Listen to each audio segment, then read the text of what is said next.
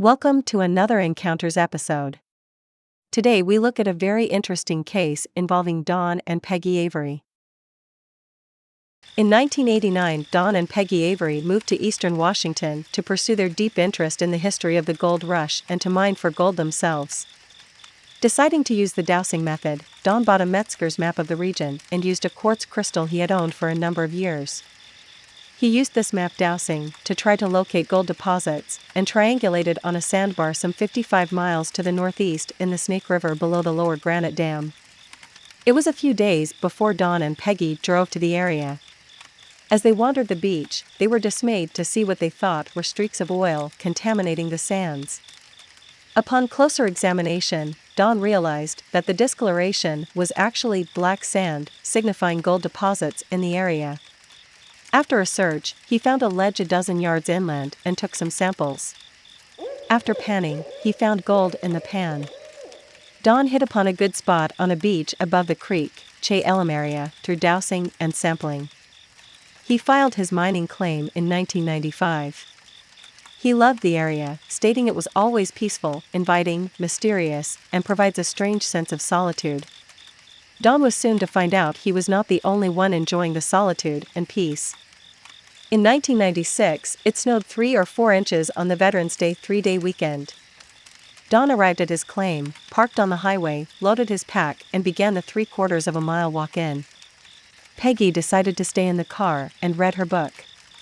Don was halfway to his claim when he heard a guttural snarling sound coming from a short, steep embankment above the road and off to his right side. The sound was repeated every 10 to 12 seconds. It reminded him of the sound a man might make just before vomiting. He could see something large and furry or hairy standing at the edge of the tree line about 70 to 75 feet away. Don was afraid and stayed where he was, watching and listening for maybe 10 to 12 minutes. It was then that he realized that whatever this was could have attacked him if it had wanted to. Deciding that the intent was to intimidate, not injure him, he left his gun holstered and began to walk by the figure toward his claim. He was very frightened, but was not going to let it scare him away. He figured that the creature must have known him from his prior trips into the area. Don described the figure as about 6 feet 5 inches to 6 feet 7 inches. It had no snout or conical ears, appeared stout, substantial weight, but no guess as to how much. Having never seen a bear or signs of bear in the area, Don felt pretty sure he could eliminate that explanation. Don worked his claim for about 20 minutes, then decided to return downhill to see if the creature was still around. In addition, he was getting the wet snow from the trees falling on him, and his wife might be getting tired of waiting for him. As he approached the hillside, he could again see the creature. It had moved about 25 yards along the bank and closer to the road. Once again, it started to make the guttural sounds. Don figures he must have watched the creature for at least 20 minutes that day. After he returned to the car, Don mentioned to Peggy that he thought he had seen a sick bear, only that it didn't really look like a bear or sound like a bear. With nothing else to go on, he dismissed the experience from his mind. At least until late March of the following winter, 1998. Don stopped by his claim and again walked the road to his claim. The snow had melted down to where the road was passable on foot. He was amazed at what he found.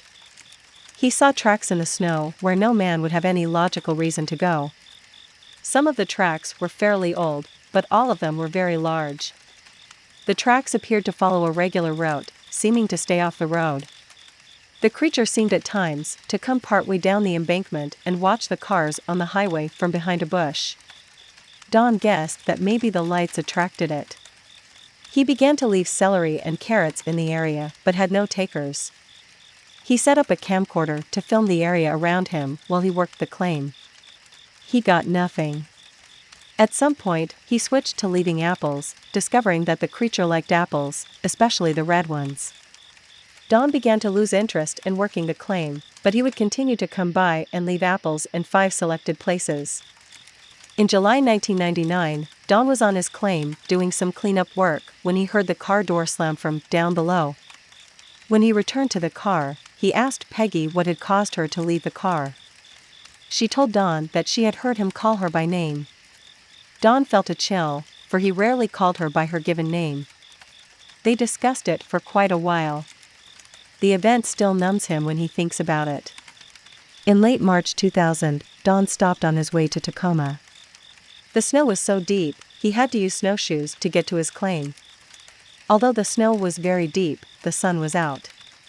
Several yards below his claim near the basalt dike and a steep hill, he noticed some very fresh tracks going from the stream across the road and up the steep hillside. Don could clearly see the toe imprints in the fresh snow and was amazed that this creature could run in deep snow unaided. He tried to run up after it, but fell down and rolled into the ditch below. Feeling like he was drowning in the snow, he was finally able to get his feet under him. Even though he felt the creature was only minutes ahead of him, he gave up the pursuit. Don and Peggy stopped by on their back from Leavenworth one evening in August 2000. It was around 7 p.m. They parked below the claim and exited the car. This time Don carried his camcorder. He could hear a holler or a high-pitched yell coming from down below them near the stream. It was repeated roughly every 10 seconds. They listened for a while, not knowing what to do. Don finally yelled a hello in its direction. The creature fell silent. He began to climb the hill to his claim. After a few minutes, he heard something stomp through the brush down below on the other side of the road. Although the sound was coming towards him, whatever was making it managed to avoid Don. He never thought to turn the camcorder on to record the sounds. Through the years, the creature has left Don a sandstone block at one of the apple placement sites and several handfuls of wood chips at another. The chunk of sandstone would get moved around. When Don would move it back, it would get moved again. The two moved from the area for a few years. Don let his claim lapse, although he would sometimes go back and left apples at least twice a year. They moved back to Washington in 2007. Don made visual contact again with the creature in October of 2008. He attempted to sneak up on it while it was slapping a tree with a rock on the far side of the stream below his claim. In November of 2008, Don visited his old claim area and again left apples for it. Downhill a few hundred yards from where Peggy had parked the car, they began to hear a very strange noise. It was nothing like anything Don had ever heard. The sound moved on the bank across and above the stream. He knew it wasn't an elk, bear, deer, cat, rodent, or bird. They listened and watched the area for 15 to 20 minutes. They could not be certain what it was, but it was fast and curious and almost brazen. After over 20 years of interaction, Don and Peggy had these observations and opinions. 1. Peggy thought it knew Don and communicated because he fed it. Don said he had left enough apples to claim it as a dependent. 2. They cannot walk quietly through the brush. It sounded more like an elephant. 3. It was territorial and worked a regular route.